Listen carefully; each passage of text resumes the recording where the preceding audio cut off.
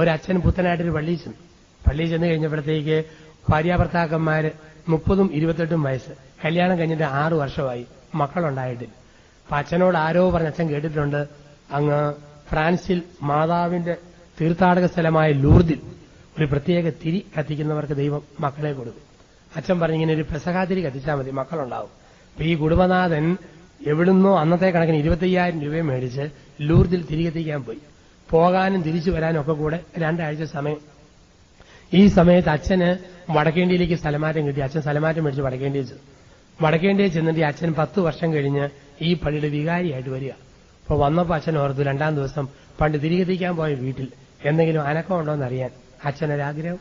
അച്ഛൻ കയറിച്ച് നോക്കുമ്പം 8 വയസ്സ്, 6 വയസ്സ്, 4 വയസ്സ്, 2 വയസ്സ്, 2 മാസം പരുവത്തിൽ കൂത്താടി മുറിക്കുന്ന പോലെ പിള്ളേരിങ്ങനെ ഓടി നടക്കുന്നു. ഭാര്യ കൊടക്കമ്പി പോലെ ഉണങ്ങി മെലിഞ്ഞിരിക്കുന്നു. ആകെപ്പാടെ പട്ടിണി, കെട്ടിയവനെ കാണാനുമില്ല. അച്ഛൻ ചോദിച്ചു, പെങ്ങളെ എവിടെ പോയി കെട്ടിയവൻ? എന്റെ അച്ഛ ബ്ലേഡുകാരന്റെ 50,000 രൂപ മേടിച്ച് ഒന്നുകൂടെ ലൂർദിൽ പോയിരിക്കുക. എന്നാത്തിന് പോയതാ? എന്റെ പൊന്നച്ഛ, പണ്ട് കത്തിച്ച തിരി ഒന്ന് കെടുത്താനായിട്ട് പോയതാ. ഇതായിരുന്നു ഒരു കാഴ്ചപ്പാട്.